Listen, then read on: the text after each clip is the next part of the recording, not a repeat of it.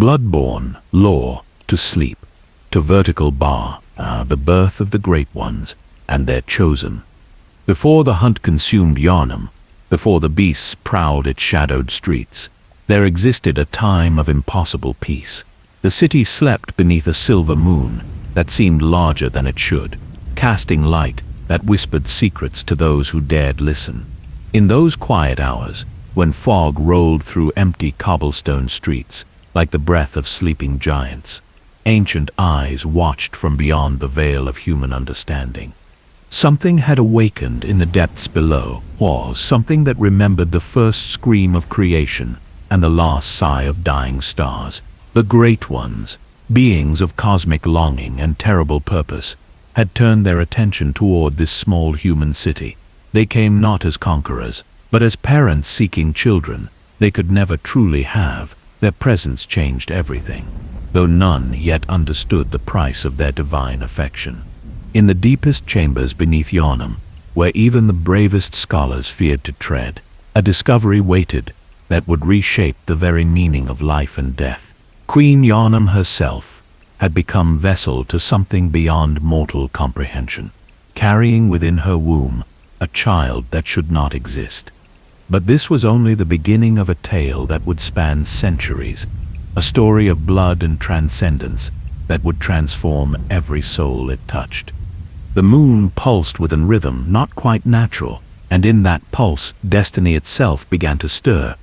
Beneath the world that humans knew, the Pthumerian civilization had flourished for countless generations in perfect harmony with forces that would drive lesser minds to madness. Their underground realm stretched through vast chambers, carved from living rock, connected by labyrinthine passages that followed patterns older than memory. Here, in the gentle glow of eternal flames, they had built something magnificent. The Pthumerians understood what those above could not, that some powers were meant to be contained, not conquered. They served as guardians of the old blood, that crimson essence which sang with the voices of distant stars. Their daily rituals were acts of reverence, tending sacred fires that burned without fuel, walking paths that led both inward to the heart of the earth and outward to the edge of existence itself.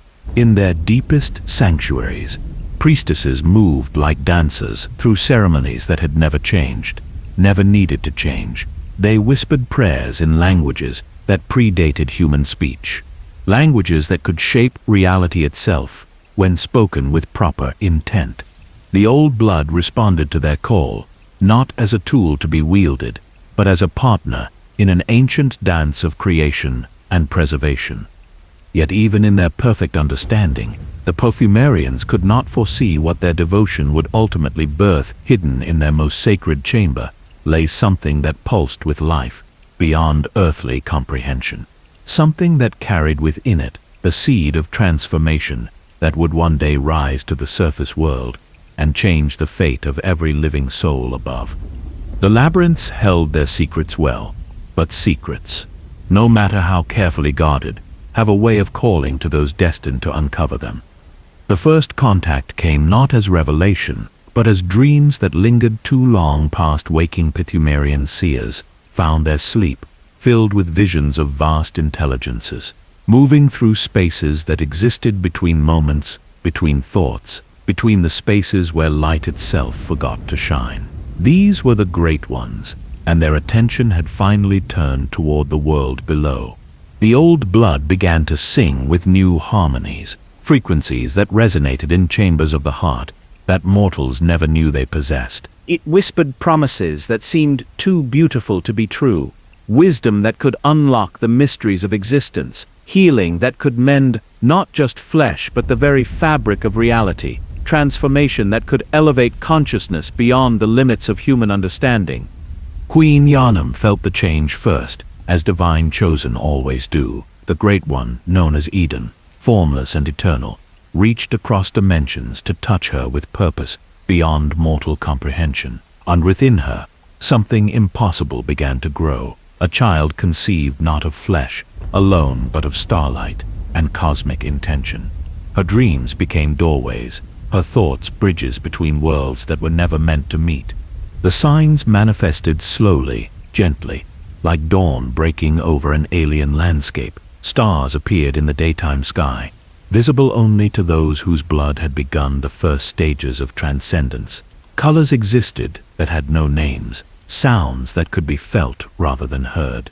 The boundary between sleeping and waking grew thin as morning mist, and in that threshold space, the Great Ones prepared to make their presence known. But deep in the Pthumerian archives, ancient warnings carved in stone began to weep tears of blood, as if the very rocks remembered a truth that living memory had forgotten. The Great Ones exist in a state that defies every law of nature humanity has ever conceived. They drift through dimensions, thoughts through a dreaming mind, their true forms shifting and flowing in patterns that would shatter mortal perception. If witnessed directly, they are vast beyond measure, yet capable of focusing their attention on the smallest detail of existence. They are ancient beyond time, yet eternally present in every moment that has ever been or ever will be. Yet for all their cosmic power, they are bound by the cruelest of tragedies, and the Great Ones long for children with an intensity that transcends mere desire, becoming a fundamental force of their existence. But every child they claim is lost to them, whether through transformation into something else entirely, or through the simple impossibility of bridging the gap between cosmic consciousness and mortal form. They are parents, cursed to love what they cannot keep, to create what they cannot hold. Odin moves through reality, like breath through sleeping lungs, the only Great One to achieve true formlessness, without substance, without physical presence. Eden can touch the world in ways the others cannot, capable of conception. That requires no body, no meeting of flesh, only the meeting of will and possibility. Through Eden, the impossible becomes inevitable. In the realm called nightmare, where the laws of physics bow to the laws of dream and desire, Murgo exists in eternal slumber.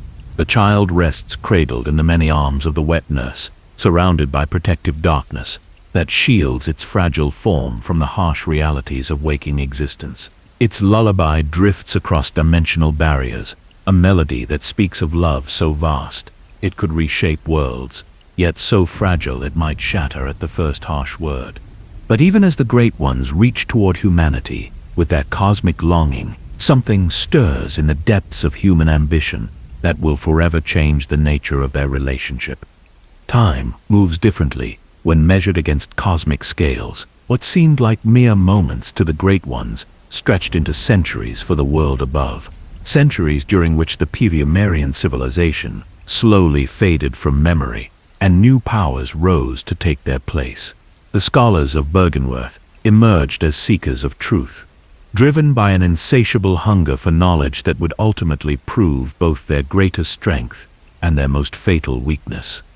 Master Willem stood at the threshold of discovery, his aged hands trembling, not from infirmity but from the weight of understanding that pressed against his mind, like ocean depths against a diving bell. He had dedicated his life to unraveling the mysteries that lay hidden beneath layers of history and stone, never suspecting that some truths were buried for the protection of those who might uncover them. His expeditions into the labyrinthine depths below Yharnam had revealed wonders beyond imagination, but also horrors that challenged every assumption about the nature of reality itself. The old blood called to him, with a voice that resonated in frequencies beyond human hearing. Willem felt its pull like a tide that moved not water, all but consciousness itself, drawing him deeper into mysteries that previous generations had wisely chosen to leave undisturbed, perhaps better than any scholar before him. That contact with such power would inevitably transform those who experienced it. The question that haunted his sleepless nights was whether humanity possessed the wisdom to guide that transformation toward enlightenment rather than destruction. His student Lawrence burned with a different kind of passion, one that sought not merely to understand the old blood, but to harness its power for the betterment of mankind. Where Willem approached their discoveries with reverent caution, Lawrence saw opportunity blazing like a beacon in the darkness of human limitation. The healing properties of the blood were undeniable, its ability to cure ailments that had plagued humanity since the dawn of consciousness. Surely, Lawrence reasoned, such a gift was meant to be shared, not hoarded in dusty archives and sealed chambers. The philosophical divide between mentor and student grew with each passing day, each new revelation serving to deepen, rather than bridge the chasm between their world views. Willem began to speak more frequently of insight, of the need to elevate human consciousness through understanding rather than through physical transformation. He had glimpsed enough of the truth to know that the old blood carried within it the potential for transcendence beyond anything humanity had ever conceived. But he also sensed the terrible price such transcendence might demand. Lawrence founded the Healing Church with the fervor of a true believer, convinced that divine providence had placed the old blood within human reach, or for a purpose that transcended academic study. The church rose from humble beginnings, its early disciples drawn by stories of miraculous healings and transformations that seemed to violate every natural law. Pilgrims traveled from distant lands to witness these wonders, and many chose to remain, becoming part of a growing congregation that worshipped not traditional deities, but the promise of human evolution itself. Within the church's sacred halls, the choir emerged as an elite order dedicated to direct communion with the forces that had blessed humanity with such remarkable gifts. These chosen few possessed voices capable of producing harmonies that seemed to resonate across dimensional boundaries, their songs serving as bridges between the material world and realms that existed beyond mortal comprehension. Through their ethereal melodies, they sought to establish communication with the Great Ones themselves, believing that such contact would reveal the ultimate purpose behind the blood's divine properties. The choir's chambers were constructed according to acoustic principles that defied conventional understanding. Curved walls and vaulted ceilings designed to amplify not merely sound but consciousness itself. Members spent countless hours in meditation and vocal practice, learning to modulate their voices until they could produce frequencies that seemed to bend reality around them like light through a prism. Their dedication bordered on obsession, but the results were undeniable to those privileged enough to witness their ceremonies.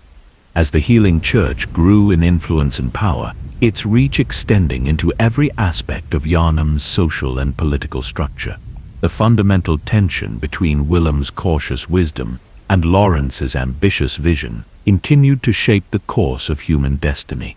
Neither man fully understood the true nature of the forces they sought to study and control, but both sensed that their choices would echo across centuries, determining whether humanity's encounter with cosmic power would lead to glorious ascension or catastrophic downfall. The Great Ones watched these developments with the patient attention of beings for whom time held little meaning. They observed the humans' fumbling attempts at communication with something approaching parental affection, or recognizing in their desperate reach toward transcendence an echo of their own eternal longing for connection and understanding. Yet even the Great Ones could not foresee how their otherworldly influence would ultimately transform not only individual human lives, but the very fabric of reality in which both species existed. Deep beneath Yharnam, in chambers that predated human civilization by eons, something ancient began to stir in response to the growing concentration of old blood above. The careful equilibrium that the Pthumerians had maintained for countless generations was shifting, disturbed by forces that their successors barely comprehended. What had once been contained was beginning to seep upward through layers of earth and stone, carrying with it the seeds of transformation that would soon take root in ways that neither Willem nor Lawrence could possibly anticipate. The discovery happened on a night when the moon hung low and strange above Yharnam's spires, casting shadows that seemed to move independently of their sources, deep beneath the city, in catacombs that had remained sealed since the fall of the Pthumerian civilization. Church excavators broke through a wall that had been designed to hold back more than earth and stone. What they found in the chamber beyond challenged every assumption about the nature of life itself. Byrgenwerth, the daughter of the cosmos, rested in a state between sleep and death, her form defying every category that human language could provide. Her body resembled nothing so much as a cosmic jellyfish, given substance, translucent flesh that pulsed with internal light, appendages that drifted through the air, as though she existed partially underwater. Her presence filled the chamber with an aura of profound sadness, as though she mourned for losses too vast for mortal minds to comprehend. The first scholars to enter her sanctum found themselves overwhelmed not by fear, but by an unexpected surge of protective instinct, as though they had stumbled upon a child lost in the wilderness, rather than a being of unimaginable power. Ibriatas radiated a kind of innocent vulnerability that seemed at odds with the cosmic energies that surrounded her, like a visible aura. She was clearly one of the great ones, yet she had chosen to remain behind when her kin departed for realms beyond human reach, perhaps hoping to serve as a bridge between worlds that seemed destined never to meet. Communication with Ibriatas required no words, no gestures, no conventional forms of exchange. Their thoughts touched human consciousness like gentle rain on parched earth, conveying concepts and emotions that bypassed language entirely through her. The scholars gained their first true understanding of what the Great Ones represented and why they had turned their attention toward humanity with such focused intensity.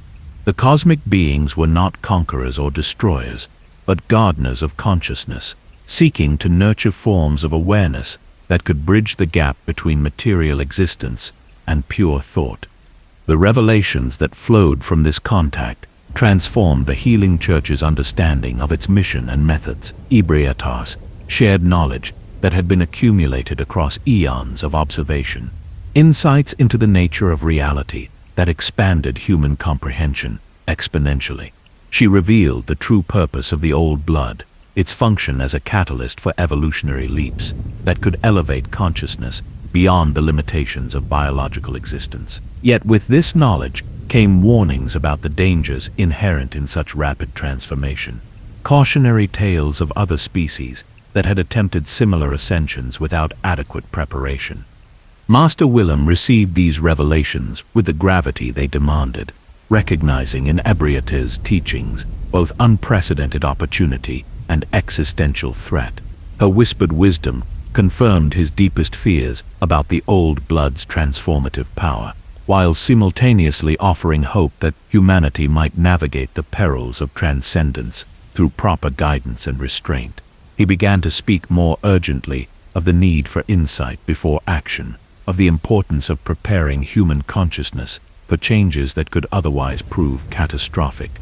Lawrence interpreted the same revelations through the lens of his own convictions, seeing in Ibriatas' presence proof that the Great Ones welcomed human participation in cosmic affairs. He viewed her remaining behind as an act of divine endorsement, evidence that humanity had been chosen for elevation above its earthly limitations. The healing miracles that followed increased contact with Ibriatas seemed to confirm his beliefs, as church physicians achieved results that bordered on resurrection itself.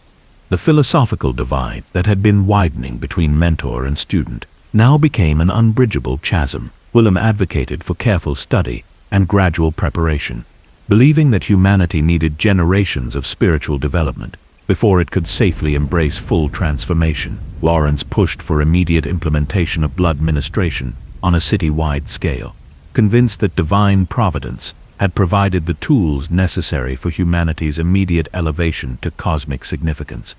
Their debates echoed through the halls of Byrgenwerth with increasing intensity, each man certain that his approach represented the path to salvation, while his colleagues promised only doom. Neither fully understood the complexity of the forces they sought to direct, nor did they comprehend how their disagreement was itself part of a larger pattern that the Great Ones had observed countless times across the cosmos. The tragedy of transcendence lay not in the transformation itself, but in the inevitable conflicts that arose when finite beings attempted to grasp infinite possibilities.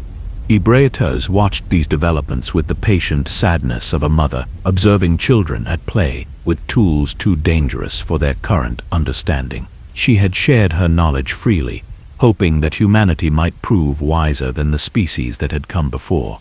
Yet she recognized the familiar patterns emerging in their responses to cosmic truth, or the cycle was beginning again, as it had begun so many times before across so many worlds, and even her vast wisdom could not prevent the tragedy that such cycles invariably produced.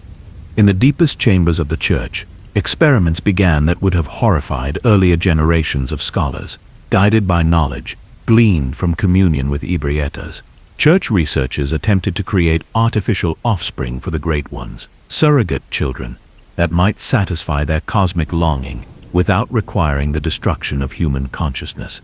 The early results were promising enough to justify continued effort, yet disturbing enough to suggest that success might come at a price that no sane person would willingly pay. Yharnam transformed under the influence of the healing church's ministrations, like a garden suddenly blessed with perfect weather after years of drought. The miraculous cures that flowed from church sanctuaries drew pilgrims from across the known world, each carrying stories of ailments that had defied conventional treatment for generations. Withered limbs regained strength, clouded eyes cleared to perfect vision, and diseases that had been considered death sentences simply vanished as though they had never existed at all. The city's prosperity reflected this medical renaissance. In ways both obvious and subtle, merchants established trade routes specifically to serve the growing population of pilgrims and permanent residents who had chosen to remain near the source of such wonders. Craftsmen developed new techniques for working with materials discovered in the excavations beneath the city, creating items of beauty and utility that seemed to incorporate properties that defied traditional understanding of metallurgy and chemistry. Artists found inspiration in visions that came to them during treatments with the old blood, producing works that captured something of the cosmic perspectives they had glimpsed during their transformations. The healing church's influence extended far beyond matters of health and medicine, gradually becoming the dominant force in Yharnam's political and social structures. City officials sought the church's guidance on matters ranging from urban planning to trade negotiations, recognizing that the institution's supernatural insights often proved more valuable than conventional wisdom. The church's archives became repositories of knowledge that attracted scholars from distant universities, each hoping to gain access to information that could revolutionize their understanding of natural philosophy.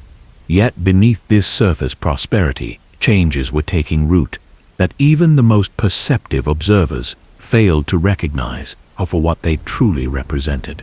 Citizens who had received blood ministration reported dreams of unusual vividness and complexity, nocturnal visions that seemed to continue threads of experience from their waking lives. Some spoke of feeling more connected to their fellow humans, as though the barriers between individual consciousness had become more permeable. Others described sensations of expanded awareness that allowed them to perceive patterns and connections that had previously remained hidden. These changes manifested differently in different individuals, depending on their natural sensitivity to the old blood's transformative properties. Artists and musicians found their creative abilities enhanced beyond anything they had previously achieved, while scholars discovered that complex problems, which had once required weeks of careful study, could now be resolved through sudden flashes of intuitive understanding. Physicians developed an almost supernatural ability to diagnose ailments through observation alone, while craftsmen began producing items of unprecedented beauty and functionality. The first signs of trouble appeared so gradually and in such seemingly isolated incidents that few recognized them as symptoms of a larger pattern. Occasional reports surfaced of individuals whose behavior had become erratic following blood treatment, though these cases were initially attributed to pre-existing mental instability rather than any systemic issue with the church's methods. Some patients complained of increased sensitivity to light and sound, while others developed unusual dietary preferences that their physicians dismissed as temporary side effects of their healing process.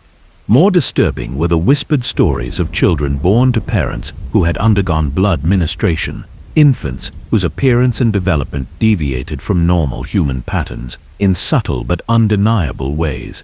These cases were kept strictly confidential by church authorities, who maintained that such variations represented evolutionary advances rather than cause for concern. The families involved were provided with special care and guidance, ensuring their silence while researchers studied the implications of these remarkable births. In the shadows between gaslight and dawn, creatures began to prowl Yharnam streets that defied every category of known wildlife. These beings moved with intelligence that seemed almost human, yet their forms suggested anatomical structures that belonged to no terrestrial species. Citizens who encountered them reported feeling an unexpected kinship rather than fear, as though recognizing some essential similarity, despite their obviously non-human characteristics. Church officials explained these sightings as misidentified animals, driven into the city by changes in the surrounding countryside, though private communications between high-ranking clergy revealed deeper concerns about the true nature of these appearances. The most unsettling developments occurred in the church's own experimental facilities, where researchers working directly with concentrated forms of old blood, it began to exhibit changes that went far beyond the enhanced abilities observed in ordinary patients. Some developed additional sensory organs that allowed them to perceive electromagnetic spectra, invisible to normal human vision, while others found their skeletal and muscular systems undergoing modifications that increased their physical capabilities exponentially. These transformations were celebrated as proof of humanity's evolutionary potential. Yet they also raised questions about the ultimate destination of such changes. Master Willem observed these developments with growing alarm, recognizing in them the early stages of transformations that could fundamentally alter what it meant to be human. His warnings about the need for caution and preparation seemed increasingly prophetic as evidence mounted that the old blood's effects extended far beyond simple healing into realms of change that no one fully understood. Yet his influence within the church hierarchy had been steadily declining as Lawrence's more aggressive approach produced increasingly dramatic results. The seeds of what would eventually become the Hunt were already taking root in soil enriched by good intentions and cosmic power, though no one yet recognized the true nature of what was growing. The transformation of Yharnam continued at an accelerating pace, each success breeding confidence that humanity had found its path to transcendence, while each subtle warning sign was rationalized away or attributed to forces unrelated to the Church's noble mission. In realms that existed between sleeping and waking, where thoughts took physical form and intentions shaped reality itself, the moon presence moved with purpose that transcended mortal understanding. Ea's pale entity, neither fully corporeal nor entirely ethereal, had watched humanity's fumbling attempts at cosmic communion with the patient attention of a gardener, observing seedlings struggling toward sunlight. The time had come for more direct intervention, though the methods required would demand sacrifices that even the wisest human minds could barely comprehend. Gehrman had lived a life dedicated to the hunt, long before supernatural forces claimed him for their own purposes. As a master hunter of beasts, both mundane and extraordinary, he possessed skills honed through decades of tracking creatures that conventional wisdom insisted could not exist. His knowledge of anatomy and behavior patterns, combined with an intuitive understanding of predator psychology, made him uniquely qualified for the role that fate had selected him to play. Yet no amount of earthly experience could have prepared him for the transformation that awaited in the Garden of Eternal Moonlight. The binding occurred not through force, but through a kind of cosmic seduction that offered everything Gehrman had ever desired, while extracting a price he would not fully understand until payment was complete. The moon presence approached him during a moment of profound despair, when the weight of countless hunts had left him questioning whether his life's work had accomplished anything beyond the accumulation of death and suffering.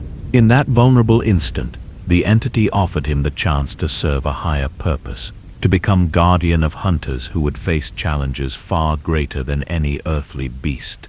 The hunter's dream crystallized around Gehrman, like morning frost forming on autumn leaves. A pocket dimension, tailored specifically to serve the needs of those who would take up arms against cosmic horrors. Within this ethereal workshop, weapons could be maintained and enhanced according to principles that defied conventional metallurgy, while knowledge flowed directly from the moon presence's vast consciousness into the minds of those deemed worthy to receive it. The dream existed outside normal temporal flow, allowing hunters to experience subjective years of training and preparation, while mere moments passed in the waking world. Gehrman found himself transformed into something between mentor and prisoner, his accumulated wisdom preserved and amplified through connection to cosmic intelligence, while his physical form became anchored to the dream in ways that made return to ordinary existence impossible. He retained his memories and personality, yet gained access to understanding that spanned dimensions and eons, comprehending for the first time the true scope of the threats that humanity would soon face. His role became that of guide and guardian, preparing successive generations of hunters for battles that would determine the fate of human consciousness itself. The hunt that emerged from this supernatural collaboration represented something entirely different from the beast tracking that had defined Gehrman's mortal career. These new hunters would face creatures born from the collision between human ambition and cosmic power, entities that challenged not merely physical survival, but the very foundations of sanity and identity. The weapons they carried were forged according to specifications whispered by the moon presence, designed to harm beings that existed partially outside conventional reality. Each hunter, called to the dream, underwent a transformation that prepared them for encounters with forces that could destroy ordinary minds through mere proximity. Their bodies were strengthened beyond human limitations, their reflexes enhanced to superhuman levels, and their consciousness expanded to accommodate truths that would shatter conventional understanding of reality. Yet these gifts came with prices that became apparent only gradually, as repeated exposure to cosmic horrors began to erode the boundaries between hunter and prey. The moon presence guided this process with the careful attention of a master craftsman, selecting individuals whose psychological profiles suggested they could withstand the stresses of interdimensional hunting, while retaining enough humanity to serve as effective guardians. The entity understood that complete transformation would destroy the very qualities that made humans useful as instruments of its will, yet insufficient preparation would result in madness or death when hunters encountered their intended quarry. Through the dream, knowledge flowed not only to individual hunters, but back to the moon presence itself, creating a feedback loop that allowed the cosmic entity to refine its understanding of human nature and capabilities. Each hunt provided data about the effectiveness of different approaches to preparing mortals for supernatural combat, while also revealing the psychological and physical limits of human adaptability. This information proved invaluable as the scope of required interventions continued to expand. The attention of other Great Ones began to shift toward Yharnam as the concentration of transformed humans reached levels that could no longer be ignored by cosmic consciousness. These ancient beings recognized in the city's evolution a pattern they had observed countless times across the universe. Yet they also sensed unique elements that distinguished this particular instance of species-wide transformation from previous examples. The humans' capacity for both creation and destruction, combined with their remarkable adaptability, suggested possibilities that even immortal minds found intriguing. The boundaries between the material world and the various nightmare realms that surrounded it began to weaken under the pressure of increasing supernatural activity. Citizens of Yharnam reported dreams that felt more real than waking life, while scholars documented instances of objects and even people appearing in locations where they could not possibly exist, according to conventional understanding of physics. These phenomena were dismissed by church authorities as hallucinations brought on by stress or contamination, yet private records revealed growing concern about the stability of reality itself within the city's borders. The transformation of Yharnam had reached a critical threshold where the accumulated changes could no longer be contained within normal parameters of human experience. The old blood's influence had permeated every aspect of city life, so thoroughly that reversal was no longer possible, even if anyone had possessed the wisdom to attempt such a course. The momentum of change had become self-sustaining, driven by forces that operated according to rules that transcended human understanding of cause and effect. The fishing hamlet had existed in peaceful isolation for generations beyond counting, its inhabitants living in harmony with the sea and the ancient rhythms that governed coastal life.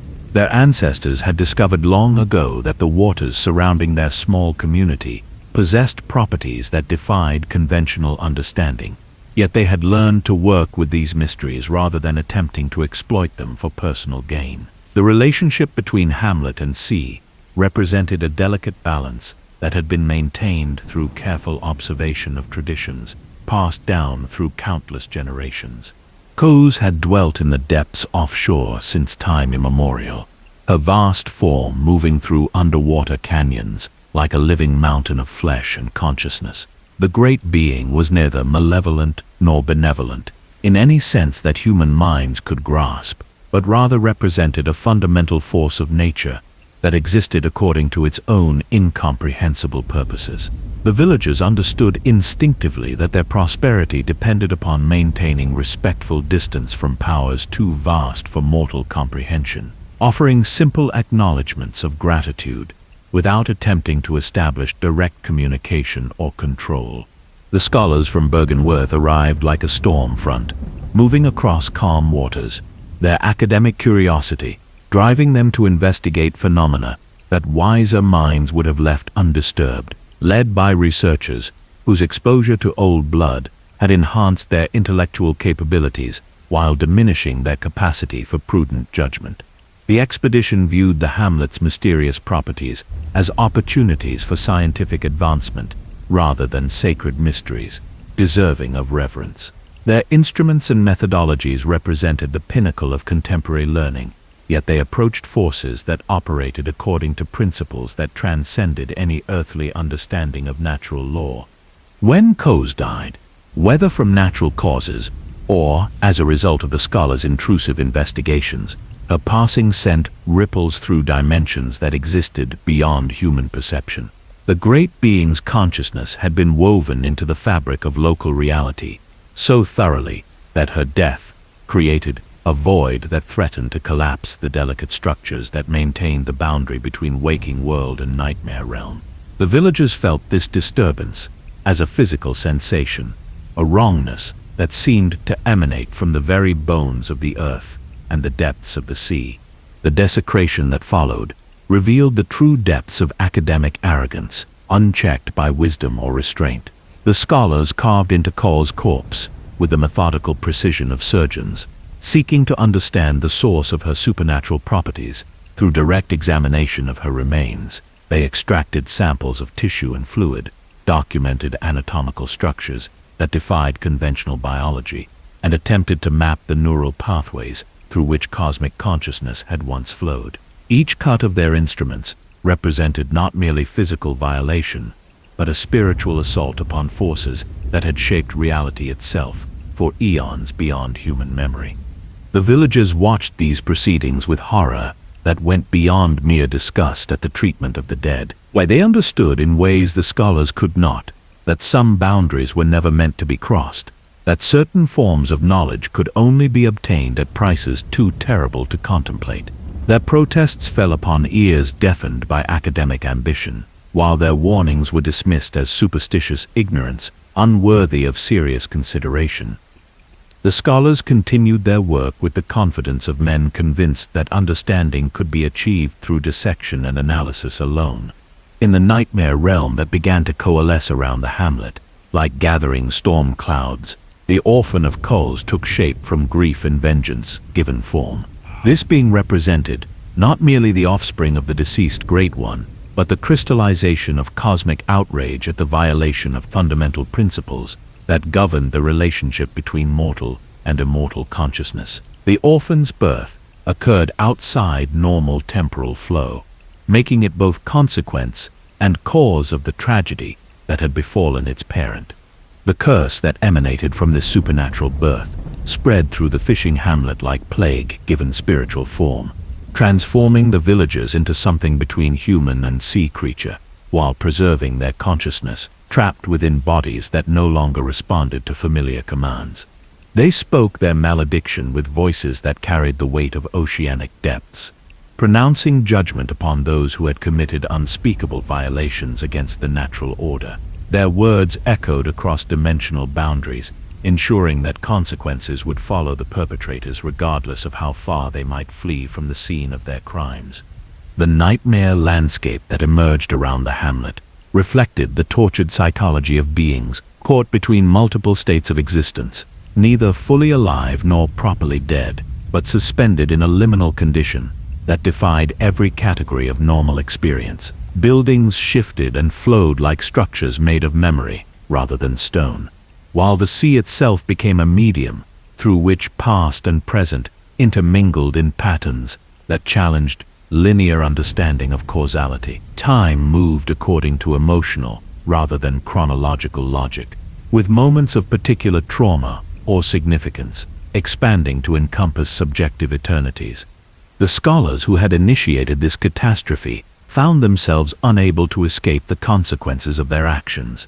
Though they did not immediately understand the nature of their predicament, they continued their research with increasing desperation, seeking solutions to problems they had created through their own hubris, while remaining blind to the fundamental error in their approach to cosmic mysteries. Their enhanced intelligence, product of old blood exposure, proved inadequate to comprehend forces that operated according to principles that transcended rational analysis. The Great Ones observed these developments with a mixture of sorrow and inevitability, and that characterized their response to mortal attempts at transcendence. They had witnessed similar tragedies countless times across the cosmos, yet each instance retained the power to evoke something resembling emotional response in consciousness, too vast for conventional feeling. The pattern was always the same: limited beings encountering unlimited power and believing themselves capable of control or comprehension through crude physical manipulation.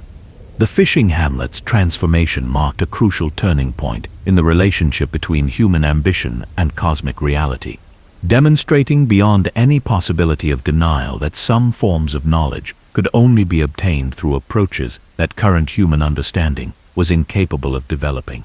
The nightmare that enshrouded the village would persist as a reminder and warning, though subsequent generations would prove no more capable of learning from this example than their predecessors had been of avoiding the mistakes that created it.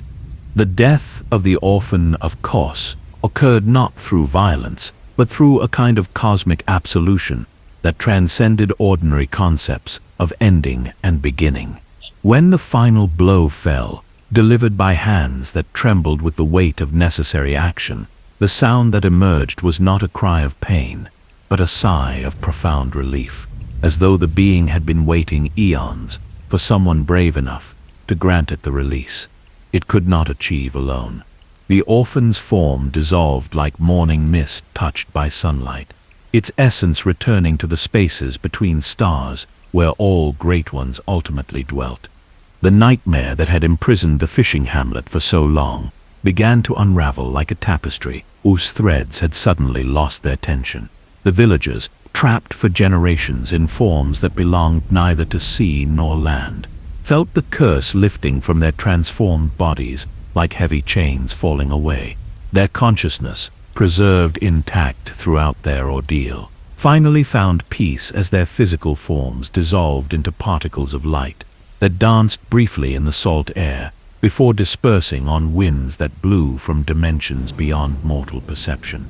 The very landscape of the hamlet underwent transformation as the supernatural forces that had held it in temporal suspension gradually released their grip on local reality. Buildings that had flowed like liquid memory resumed their proper stone and timber forms, while the sea returned to natural patterns of tide and current that followed lunar cycles rather than emotional rhythms. The beach where Kos had been violated became simply sand and shell once more. Those sensitive individuals would always feel an echo of sadness when walking there, a reminder of wounds that time could heal, but never completely erase. In Yharnam, far from the coastal tragedy, yet intimately connected to it through threads of causality that spanned both space and time. The effects of the orphan's passing rippled through the population like a fever breaking after a long illness. Citizens who had been experiencing increasingly vivid nightmares found their sleep becoming peaceful once again, while scholars working with old blood samples noted subtle changes in the substance's behavior that suggested fundamental alterations in its cosmic properties. But the transformation was gradual enough that most observers attributed it to natural fluctuations rather than recognizing it as evidence of major supernatural events occurring elsewhere. The hunters who moved through Yharnam streets during this period of transition carried within themselves the accumulated wisdom of countless encounters with beings that existed beyond normal categories of life and death. Each successful confrontation with cosmic horror had taught them something new about the nature of reality itself, knowledge that could not be gained through academic study, but only through direct experience of forces that challenged every assumption about the relationship between consciousness and physical existence. They had learned to navigate realms where thought became substance and intention shaped the very fabric of space and time. Gehrman watched these developments from his eternal vigil in the hunter's dream, understanding better than anyone the cyclical nature of the conflicts that defined human interaction with cosmic power. The old hunter had witnessed the rise and fall of countless champions, each believing themselves capable of achieving final victory over forces that operated according to principles too vast for mortal comprehension. Yet he also recognized in the current generation of hunters qualities that suggested the possibility of outcomes different from the tragic patterns that had defined previous cycles.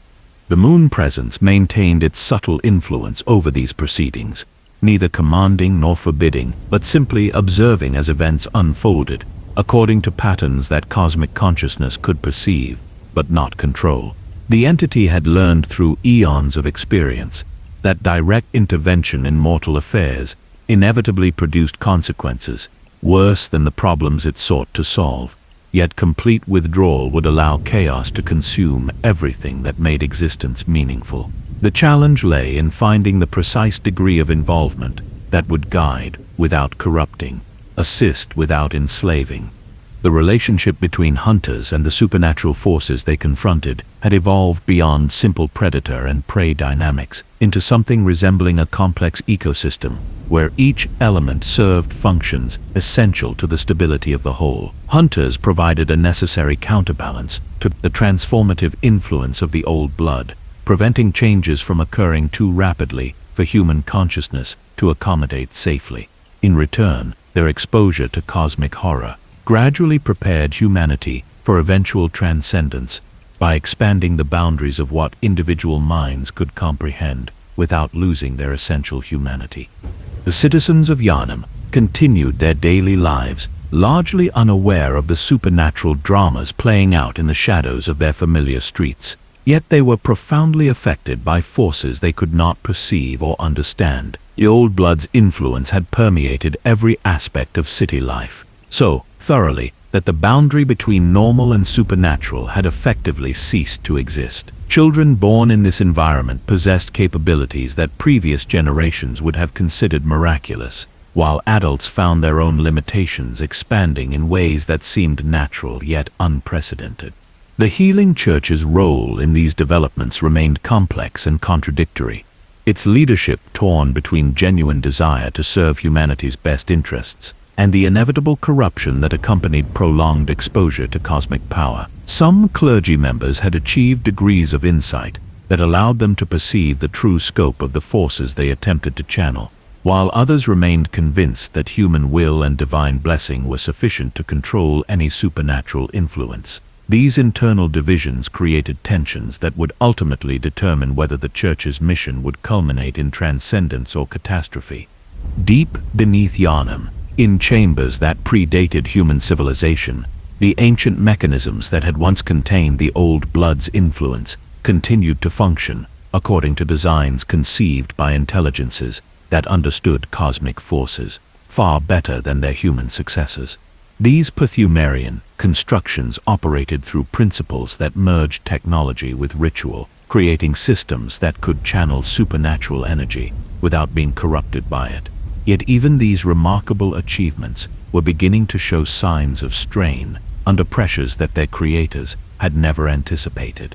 The cycles of birth, transformation, and transcendence that defined the relationship between great ones and lesser species continued their eternal dance, each iteration teaching participants new lessons about the possibilities and limitations of consciousness in its endless forms. Humanity's particular contribution to this cosmic dialogue lay in their unique combination of creativity and adaptability, qualities that allowed them to develop novel approaches to problems that had stymied other species for eons. Whether these innovations would prove beneficial or catastrophic remained to be determined by choices that future generations would make in circumstances that current understanding could not predict. Understanding dawned like sunrise after the longest night, illuminating truths that had been hidden, not by malicious deception, but by the simple inadequacy of mortal perception. When confronted with cosmic realities, the Great Ones emerged from the shadows of human fear and superstition, not as demons or destroyers, but as beings driven by needs so fundamental to their existence that they transcended conventional categories of motivation. Their actions, which had seemed capricious or cruel when viewed through the lens of human expectation, revealed themselves as expressions of love, so vast that it could reshape entire dimensions, yet so tragic that it inevitably led to loss beyond mortal comprehension. The cosmic entities operated according to instincts that had been refined across eons of existence in realms where consciousness itself served as the primary building material of reality. Their longing for offspring represented not mere biological drive, but a fundamental force that shaped the structure of existence itself, creating currents of causality that drew lesser beings into orbits around their immense gravitational influence. They sought children, not to possess or control them, but to experience the joy of nurture and growth that even immortal minds craved with desperate intensity. Yet their very nature ensured that every attempt at parenthood would end in transformation or loss, as mortal consciousness could not survive direct contact with cosmic awareness without undergoing changes that severed the connections that made parent-child relationships possible in the first place. The Great Ones existed in a state of eternal mourning for children they could never truly have, their vast intelligence capable of understanding their predicament, yet powerless to resolve the fundamental incompatibility between their needs and the limitations of lesser forms of life. Humanity's encounter with these cosmic forces had followed patterns that were disturbingly familiar to beings who had witnessed similar dramas played out across countless worlds throughout the universe. The initial contact, the period of mutual fascination, the gradual realization that transformation was inevitable, and the ultimate choice between transcendence and extinction represented stages in a cycle that seemed as natural and unavoidable as the progression of seasons or the rotation of celestial bodies. Yet each iteration brought unique elements that prevented the process from becoming entirely predictable. The humans' response to cosmic influence differed from that of previous species in ways that even the Great Ones found surprising and occasionally troubling, where other beings had either embraced transformation completely or rejected it entirely. Humans demonstrated a remarkable capacity for maintaining their essential nature while accommodating changes that would have destroyed less adaptable consciousness. This flexibility created possibilities for outcomes that transcended the usual binary choice between extinction and absorption into cosmic awareness. The pursuit of higher forms of existence that drove human involvement with the old blood mirrored in miniature the Great One's own eternal quest for connection and meaning.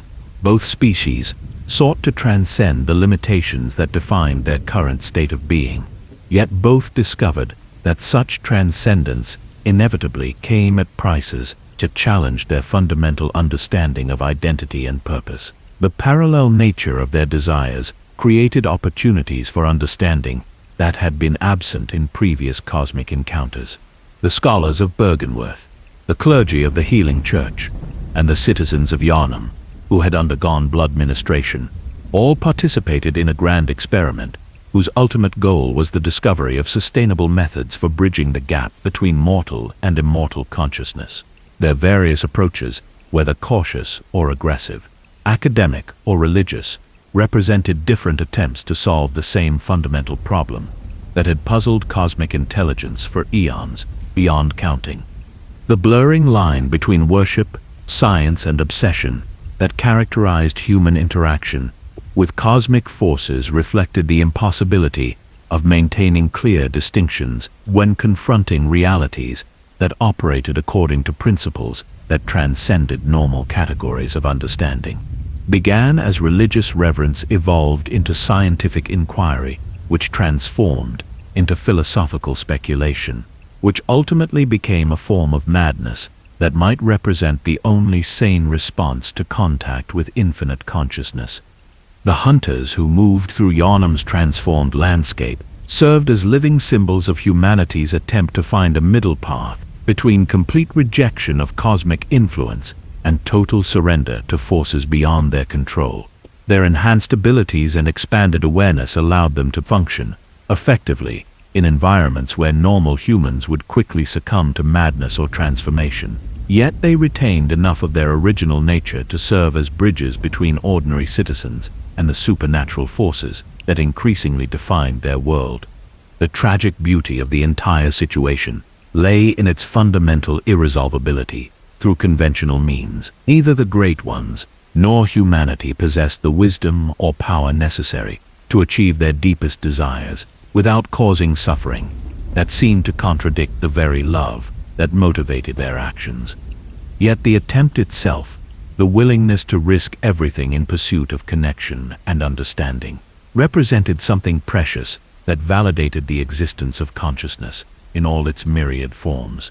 The cycles of cosmic intervention and mortal response that had played out across Yharnam over the course of generations created a complex web of causality that connected every individual action to patterns of meaning that spanned dimensions and eons. Each choice made by scholar or citizen, each ritual performed by priest or researcher, each battle fought by hunter or beast, contributed to an emerging synthesis that might eventually transcend the limitations that had defined previous attempts at species-wide transformation.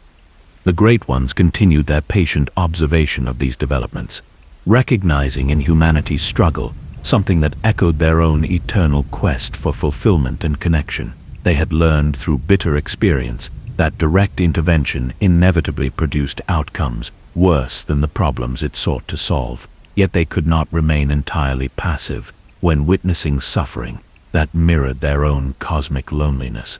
The challenge lay in finding ways to offer guidance and support without imposing solutions that would rob mortal beings of the agency that made their choices meaningful. The influence of the healing church persisted long after its golden spires had crumbled and its sacred halls had fallen silent, woven so deeply into the fabric of Yharnam's identity that separation was no longer possible without unraveling the city itself. Institution's legacy lived not in monuments or written records, but in the transformed consciousness of countless individuals whose exposure to cosmic forces had permanently altered their relationship with reality. These changes passed from generation to generation through means that transcended conventional inheritance, creating bloodlines marked by capabilities that defied natural explanation. Children born to parents who had undergone blood ministration exhibited abilities that their ancestors would have attributed to divine blessing or demonic influence. Yet these gifts manifested with such subtlety that they seemed almost natural to those who possessed them. Enhanced intuition allowed them to perceive patterns and connections that remained hidden from ordinary observation, while expanded awareness enabled them to function comfortably in environments where the boundary between material and spiritual reality had become increasingly permeable. They represented humanity's gradual adaptation to existence in a world where cosmic forces played active roles in daily life. The architectural remnants of the church's glory days stood as silent testaments to humanity's ambition to bridge the gap between earthly and cosmic consciousness. Cathedral spaces designed according to principles that incorporated both acoustic science and metaphysical understanding continued to resonate with frequencies that could induce altered states of consciousness in sensitive individuals. The geometry of these sacred structures followed patterns that seemed to channel supernatural energy, creating focal points where the veil between dimensions remained perpetually thin. Hidden throughout Yharnam, in chambers that survived the passage of time and the collapse of institutional authority, repositories of knowledge waited to be rediscovered by minds capable of comprehending their contents without being destroyed by revelation. These archives contain not merely written records, but artifacts that served as keys to understanding cosmic principles conventional science had yet to recognize. Sacred implements, crystallized blood samples, and ritual objects maintained their potency across decades, preserving access to transformative experiences for those brave enough to engage with forces beyond mortal control. The medical practices developed by church physicians had become so integrated into Yharnam's healthcare system that their supernatural origins were gradually forgotten by all but the most scholarly observers. Techniques that originally required direct communion with cosmic entities evolved into procedures that could be performed by practitioners with no awareness of their otherworldly foundations. The healing arts themselves had been permanently transformed, incorporating insights into the relationship between consciousness and physical health that would not be rediscovered by conventional medicine for generations to come. Communities of individuals who had maintained their connection to the old blood's transformative properties formed informal networks throughout the city and beyond, sharing knowledge and support that helped them navigate the challenges of existence in a state between human and something greater. These groups operated without formal structure or official recognition, bound together by shared experience of realities that those who had not undergone similar transformations could neither understand nor accept. They preserved traditions and practices that ensured the continuation of humanity's relationship with cosmic forces, despite the absence of institutional guidance. The artistic legacy of the Church's influence manifested in works of unprecedented beauty and complexity, that continued to inspire creators long after their original context had been forgotten. Paintings captured glimpses of dimensions that existed beyond normal perception, while musical compositions incorporated harmonics that could induce states of consciousness previously achievable only through direct exposure to supernatural influences. These creative expressions served as bridges between the transformed and unchanged populations, offering safe glimpses of cosmic reality to those not ready for more direct contact. Trade routes established during the Church's peak prosperity maintained their importance, even as the supernatural goods that originally justified their existence became increasingly rare and difficult to obtain. Merchants who had learned to recognize and handle items touched by cosmic power continued to facilitate exchanges that connected Yharnam to distant regions where similar encounters between mortal and immortal consciousness had left their mark. The economic networks created by supernatural commerce evolved into systems for sharing knowledge and resources that transcended conventional understanding of value and exchange. The educational institutions that had grown around the Church's scholarly activities retained their focus on expanding human understanding beyond conventional limitations, though their methods became necessarily more subtle as direct access to cosmic forces became limited. Schools of philosophy emerged that incorporated insights derived from contact with great ones into frameworks that could be taught without requiring students to undergo dangerous transformations. These academic traditions preserved essential knowledge while adapting it for transmission through conventional means. The psychological impact of humanity's encounter with cosmic consciousness continued to influence how individuals understood their place in the universe and their relationship to forces beyond their control. Citizens of Yharnam developed a worldview that incorporated acceptance of mystery and ambiguity as fundamental aspects of existence. recognizing that some questions could not be answered through conventional means without losing their essential meaning. This philosophical flexibility proved invaluable as supernatural phenomena became increasingly common in daily life. Underground movements dedicated to preserving and protecting access to transformative experiences operated in secrecy throughout the city, maintaining practices that had been driven underground by those who feared the consequences of uncontrolled cosmic contact. These groups developed sophisticated methods for identifying individuals who possessed the psychological resilience necessary for safe exposure to supernatural forces while protecting the broader population from influences they were not prepared to handle. Their activities ensured that humanity's relationship with cosmic consciousness would continue to evolve despite official efforts to limit or control such interactions. The cultural mythology that emerged from humanity's encounter with the Great Ones provided frameworks for understanding experiences that transcended ordinary categories of meaning and significance. Stories and legends that preserved essential truths about cosmic forces in symbolic form allowed knowledge to be transmitted across generations, without requiring direct exposure to dangers that could destroy unprepared minds. These narrative traditions served as both warning and invitation, preparing future generations for encounters with forces that remained active, despite the passage of time.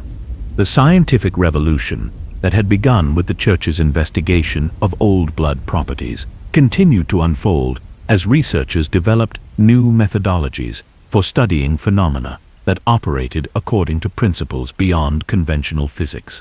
Instruments capable of detecting and measuring supernatural influences became more sophisticated, while theoretical frameworks emerged that could accommodate observations that challenged fundamental assumptions about the nature of reality itself.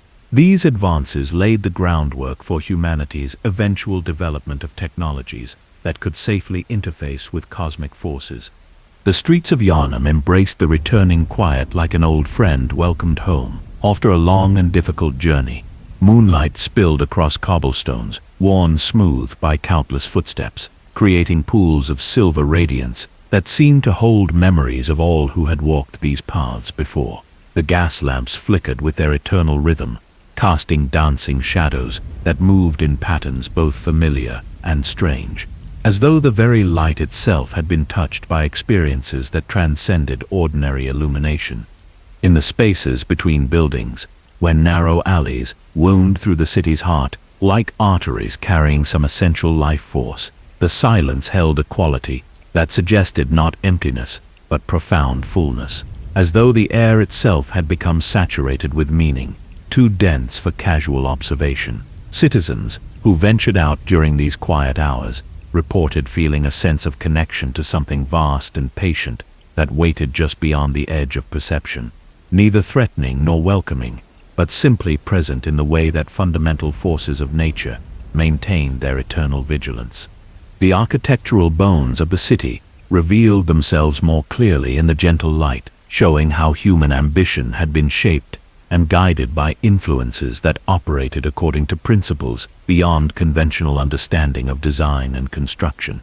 Buildings seemed to breathe with slow, measured rhythms that matched the pulse of something deeper than mere mechanical ventilation, while the arrangement of streets and squares followed patterns that suggested conscious intention, guided by awareness of forces that transcended purely utilitarian considerations.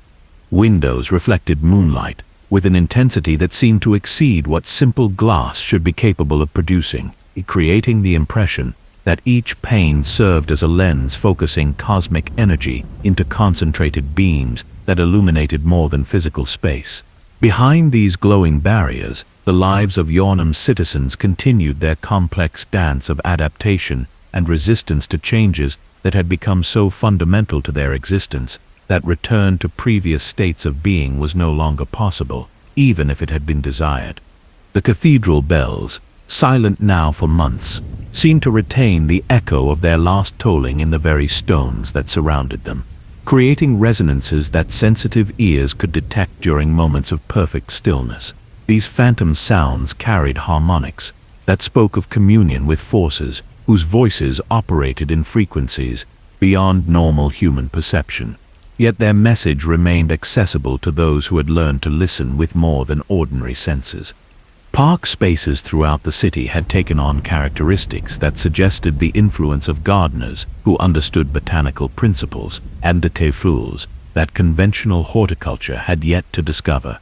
Plants grew in arrangements that seemed to channel natural energies along paths that followed neither random distribution nor purely aesthetic considerations, creating living mandalas that served purposes too complex for casual observation to decipher. The very air in these spaces carried scents that evoked memories of places that existed beyond physical geography.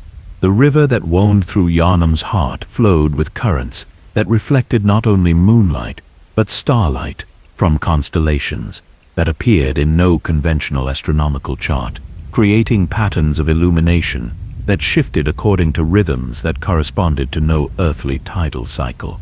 Citizens who paused on bridges to observe these phenomena often reported experiencing moments of clarity regarding personal problems that had seemed insoluble through rational analysis alone. Underground, in chambers and passages that connected the visible city into depths that predated human habitation, ancient mechanisms continued their patient work of maintaining balances that kept cosmic forces within parameters that consciousness could survive. These Pthumerian constructions operated through principles that merged technology with ritual in ways that created systems capable of channeling supernatural energy without being corrupted by it, ensuring that humanity's encounter with cosmic consciousness would continue to evolve within boundaries that preserved the possibility of meaningful choice. The transformation of Yharnam had reached a state of dynamic equilibrium where change continued, but at rates that allowed adaptation without destroying the essential characteristics that made human existence valuable and meaningful. Citizens developed enhanced capabilities without losing their fundamental humanity, while the city itself evolved into something that transcended conventional categories of urban environment without ceasing to serve as a place where people could live, work, and find fulfillment. Children played in streets where their laughter carried harmonics that seemed to resonate with music from dimensions beyond ordinary perception. Yet their games remained recognizably human in their joy and innocence. Their enhanced abilities manifested as natural extensions of childhood wonder rather than alien impositions, suggesting that humanity's relationship with cosmic forces had achieved a synthesis that preserved the best qualities of both mortal and immortal consciousness. Artists and craftsmen, working in studios throughout the city, produced works that captured glimpses of cosmic beauty while remaining accessible to appreciation by minds that had not undergone supernatural transformation. Their creations served as bridges between the changed and unchanged populations, offering opportunities for shared aesthetic experience that transcended the barriers that might otherwise have divided the community into incompatible factions. The Great Ones maintained their vigil from realms beyond direct observation, their ancient loneliness softened by recognition that humanity had achieved something unprecedented in their cosmic experience. For the first time in eons of contact with lesser species, they had encountered beings capable of accepting transformation without losing their essential nature, creating possibilities for relationship that transcended the tragic patterns that had defined their previous attempts at connection and communication. In the quiet hours, when Yharnam settled into its deepest rest, sensitive individuals could perceive the presence of vast intelligences that watched over the city with something approaching parental affection, neither demanding worship nor requiring submission, but simply offering guidance to those wise enough to seek it and strong enough to accept the responsibilities that came with expanded awareness. The cosmic forces that had once seemed threatening now revealed themselves as sources of protection and wisdom for humanity's continued evolution toward forms of consciousness that could bridge the gap between mortal and immortal understanding. The cosmos itself seemed to exhale in the profound stillness that settled over all existence, like a blanket woven from starlight and silence. In the vast spaces between galaxies, where darkness held dominion over distances too immense for mortal comprehension, The Great Ones found a peace that had eluded them through eons of restless searching and eternal longing. Their ancient hunger for connection had been tempered by the unprecedented success of their relationship with humanity, creating a sense of fulfillment that resonated across dimensional boundaries like a cosmic lullaby, sung in frequencies that touched the very foundation of reality itself. The equilibrium, achieved through humanity's transformation, represented something entirely new in the Great Ones' experience of consciousness evolution, a synthesis that preserved the essential qualities of both mortal creativity and immortal wisdom while transcending the limitations that had previously made meaningful relationship impossible. For the first time in their eternal existence, they had encountered beings capable of growing toward cosmic awareness without losing the very characteristics that made them valuable partners in the dance of creation and discovery that defined existence at its highest levels. In the fishing hamlet, where tragedy had once torn apart the fabric of reality itself, the tides moved with gentle rhythms that spoke of healing, accomplished through acceptance rather than forgetting. The waters that lapped against shores, where Cass had met her end, carried no trace of bitterness or vengeance, having been cleansed by the sacrifice of the orphan and the courage of those who had chosen to face cosmic horror rather than flee from truths too terrible for comfortable contemplation. The village existed now in a state between memory and dream, accessible to those who needed to understand the price of wisdom gained through suffering. Waves rolled in patterns that seemed almost musical, their constant motion creating rhythms that echoed the breathing of sleeping giants or the heartbeat of some vast entity that existed at the intersection of sea and sky and consciousness itself. Fishermen who ventured into these waters during the quiet hours before dawn reported catching glimpses of forms that moved beneath the surface with intelligence that seemed familiar yet impossible to fully comprehend, as though the ocean had become home to thoughts given substance and purpose. The shoreline itself had taken on qualities that suggested the influence of forces that understood the relationship between physical geography and metaphysical significance, creating formations that served as natural temples where the boundary between material and spiritual reality remained permanently dissolved. These sacred spaces attracted pilgrims from distant lands who came seeking healing or understanding that conventional means could not provide, finding in the hamlet's transformed environment opportunities for experiences that touched the deepest levels of consciousness. Above the gently moving waters, stars arranged themselves in configurations that followed no earthly, astronomical pattern, yet seemed perfectly natural to observers whose perception had been expanded through contact with cosmic consciousness. These celestial displays created a canopy of light that suggested the presence of vast intelligence organizing itself for purposes that transcended mere decoration, as though the universe itself had become a work of art, expressing themes too complex for conventional aesthetic appreciation. The lighthouse that had once guided ships through treacherous coastal waters now served a different function, its beam reaching across dimensions rather than merely illuminating physical space. The light it cast revealed pathways through regions of existence where conventional navigation methods proved useless, offering guidance to consciousness, exploring realms where thought became geography and intention, shaped the very fabric of space and time. In the depths below the village, where pressure should have crushed any form of terrestrial life, in communities of beings thrived, who represented the successful fusion of human consciousness with oceanic wisdom. These transformed souls had found ways to exist simultaneously in multiple states of being, maintaining their essential humanity while embracing forms of awareness that allowed them to communicate directly with the cosmic forces that governed the deeper currents of existence. The coral formations that had grown around the remains of Cass created underwater gardens of impossible beauty, their structures following mathematical principles that seemed to encode cosmic secrets in crystalline form. Marine life that inhabited these transformed reefs exhibited behaviors that suggested intelligence far beyond anything documented by conventional biology. Yet their presence felt natural and harmonious, rather than alien or threatening. Above the water's surface, The air itself had acquired properties that made breathing an experience of communion with forces larger than individual consciousness. Each inhalation, bringing not merely oxygen but traces of cosmic awareness, gradually expanded the perception of those who spent extended time in the hamlet's transformed atmosphere. Visitors often reported that their dreams became more vivid and meaningful after even brief exposure to this environment, as though their sleeping minds had been given access to libraries of knowledge that existed beyond the reach of waking consciousness. The architecture that remained from the hamlet's original incarnation had been subtly modified by supernatural influences, creating buildings that served as focal points for energies that operated according to principles unknown to conventional engineering.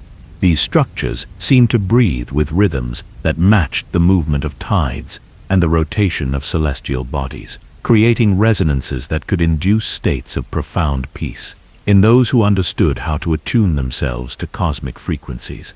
Murgo's lullaby, that ethereal melody which had once carried undertones of cosmic tragedy and loss, now drifted through the spaces between dimensions as a song of gentle triumph and patient joy.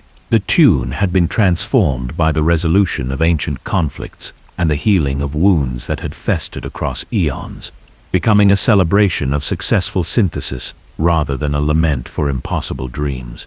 Its notes touched the consciousness of sensitive listeners across multiple realms, offering comfort to beings struggling with their own attempts to bridge the gaps between different levels of existence. The melody's harmonics created patterns that seemed to encode instructions for achieving the kind of balanced transformation that had allowed humanity to accept cosmic consciousness without losing their essential nature. Musicians who attempted to reproduce the song using conventional instruments found that their efforts, while beautiful, could capture only the surface layer of meaning embedded in frequencies that operated according to principles beyond physical sound production. In concert halls and private chambers throughout Yharnam and beyond, composers created works inspired by fragments of the cosmic lullaby they had perceived during moments of heightened awareness, producing music that served as bridges between the transformed and unchanged populations. These compositions offered listeners opportunities to experience glimpses of cosmic beauty without requiring them to undergo the dangerous transformations that direct contact with supernatural forces typically demanded.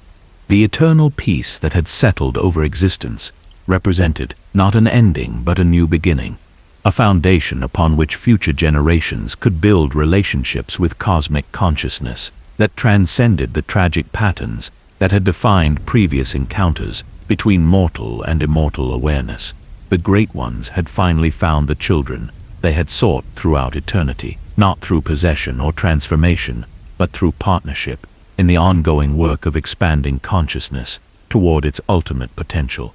In the quiet moments between heartbeats, between thoughts, between the spaces where one breath ended and the next began, the universe itself seemed to smile with satisfaction at achievements that had required eons to accomplish, yet felt as natural and inevitable as the progression of seasons or the dance of planets around their stars. The cosmic forces that had once seemed threatening now revealed themselves as gardeners of consciousness, patiently nurturing the growth of awareness toward forms that could encompass both individual identity and universal connection without sacrificing either to achieve the other.